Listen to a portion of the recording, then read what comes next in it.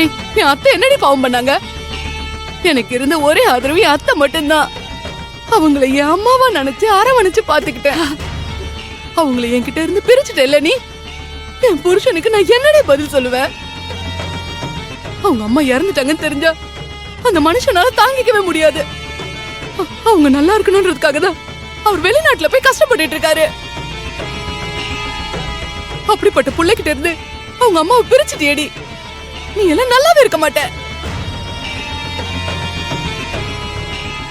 Inspector sir, என்ன ஆனாலும் சரி அவளை வெளியே விடவே விடாதீங்க. ஏன் மேடம், ஏன் இப்படி பண்றீங்க? நான் தான் எந்த தப்பும் பண்ணலன்னு சொல்றேன்ல.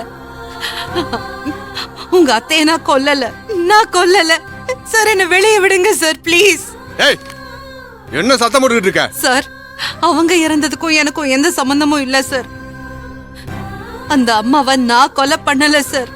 சார், அவங்க மரணத்துக்கு வேற யாரோ தான் காரணமா இருப்பாங்க சார்.